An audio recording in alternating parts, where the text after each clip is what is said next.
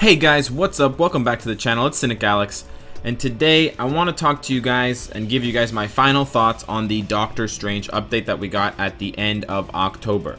Now I know not a lot of time has passed since then, but in that time we've dived really deep into this channel about the different characters, different modes, how to get Doctor Strange, all the missions and the changes to the Alliance battle and all that stuff.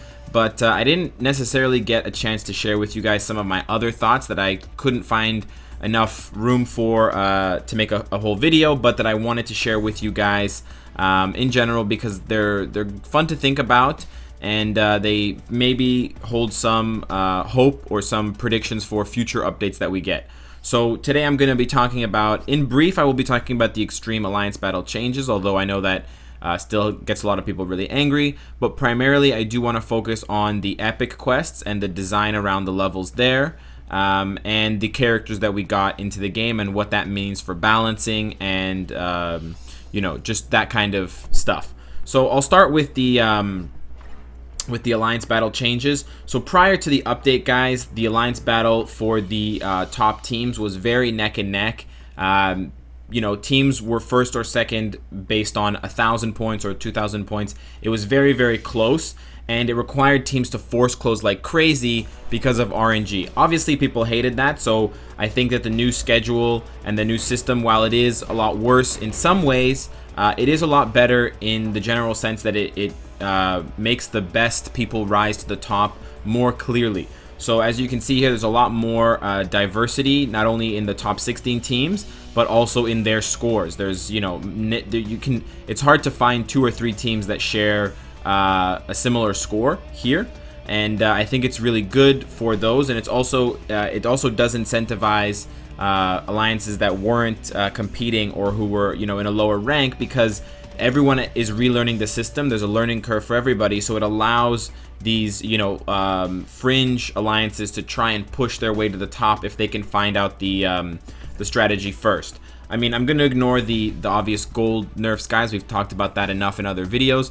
but I do think that this new method is better. I think it encourages force closing less. People still force close for Extreme Alliance battle, but I think it's a little bit less so than it used to be. So I think that's a really good change, and I do think they did the right thing there. Now I really want to talk to you guys most definitely about the epic quests. I really deeply enjoyed these, although I flew through them.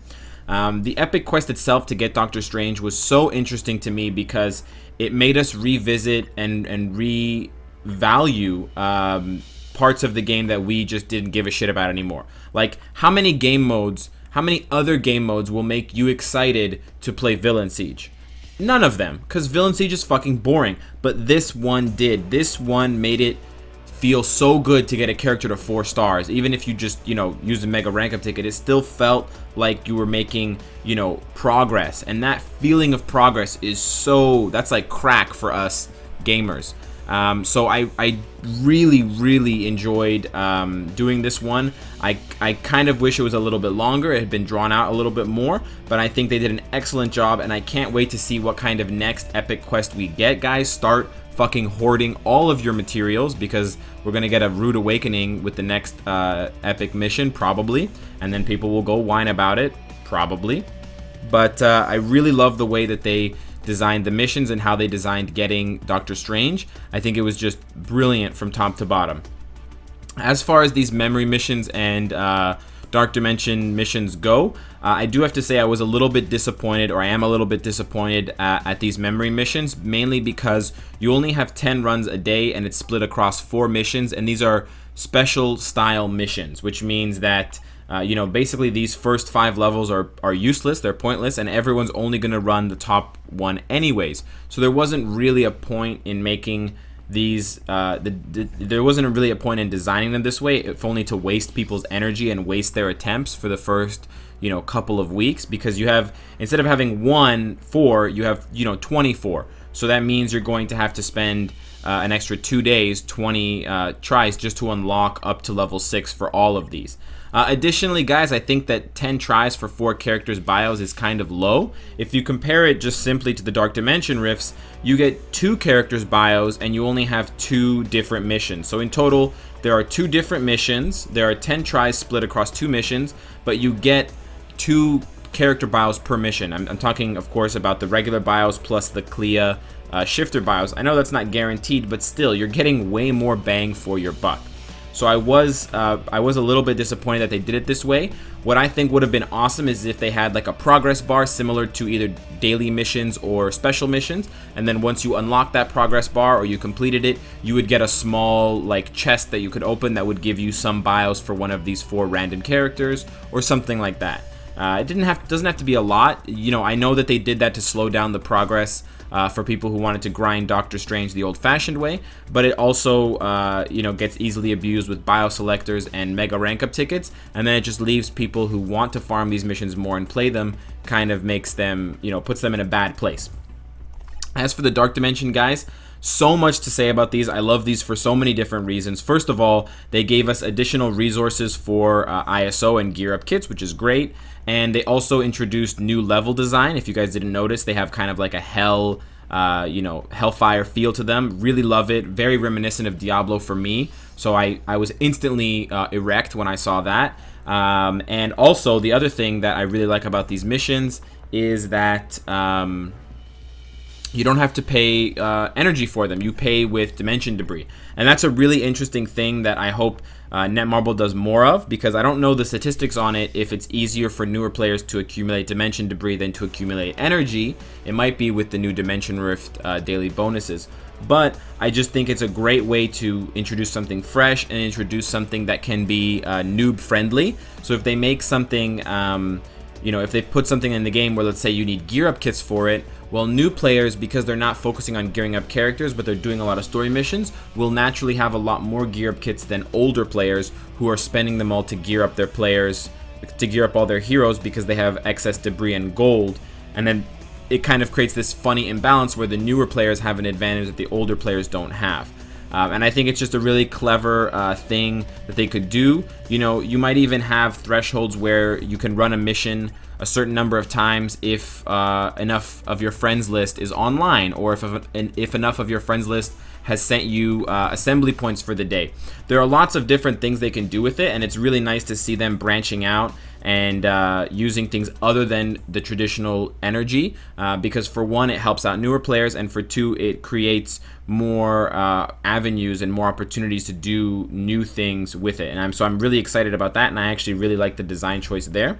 One thing I was disappointed, however, though, is that they reused the level design for these missions.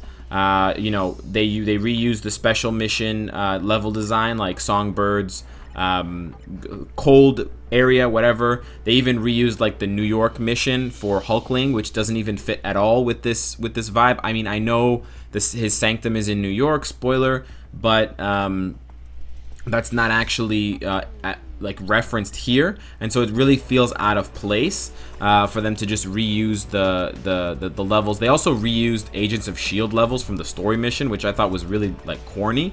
Like, they reused some of these levels, like these ones right here, and so I was disappointed in that. Everything else we got was new, all new missions, all new level design, and the level design in Future Fight is quite good. So I was disappointed that they kind of cheaped out on us and went with rehashed levels, but you can't have everything.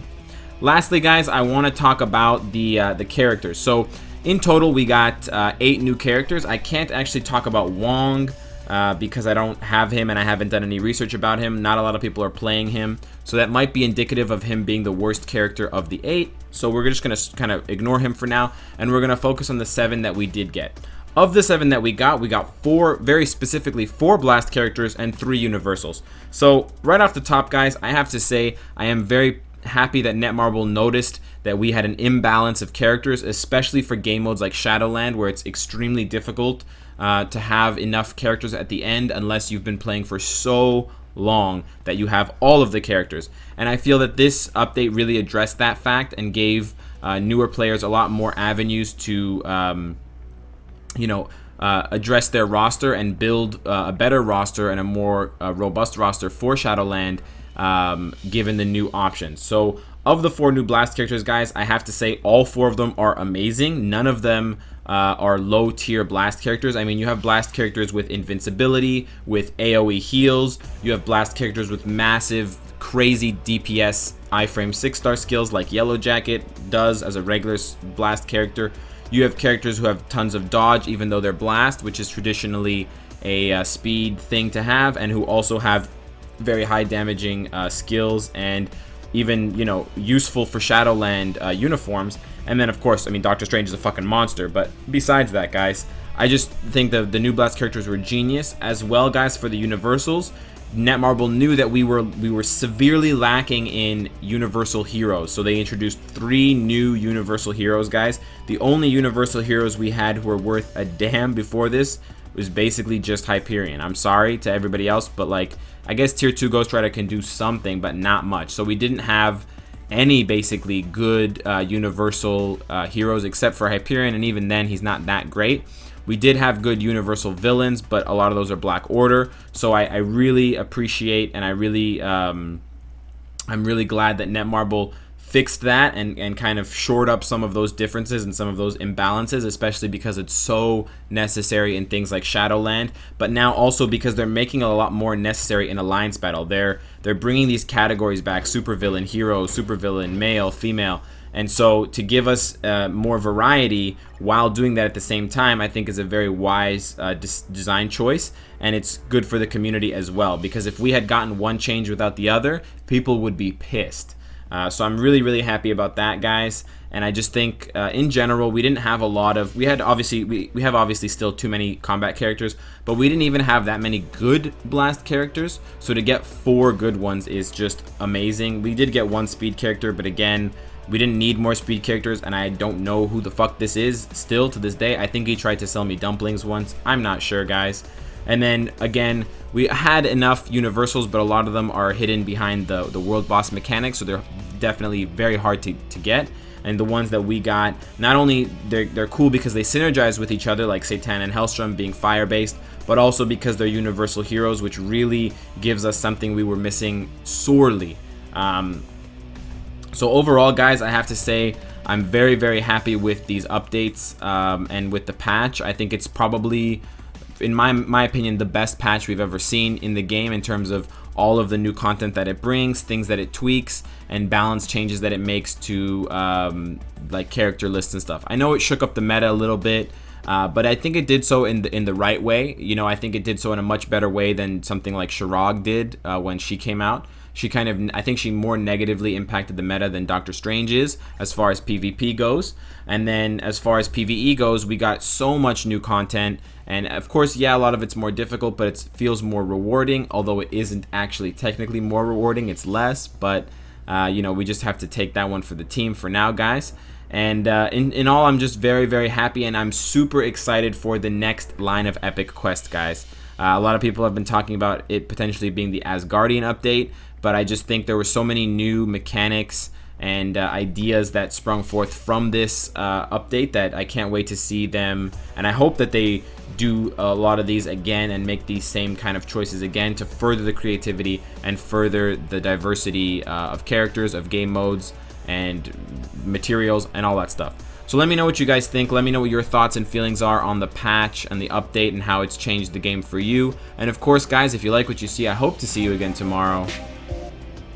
Take care.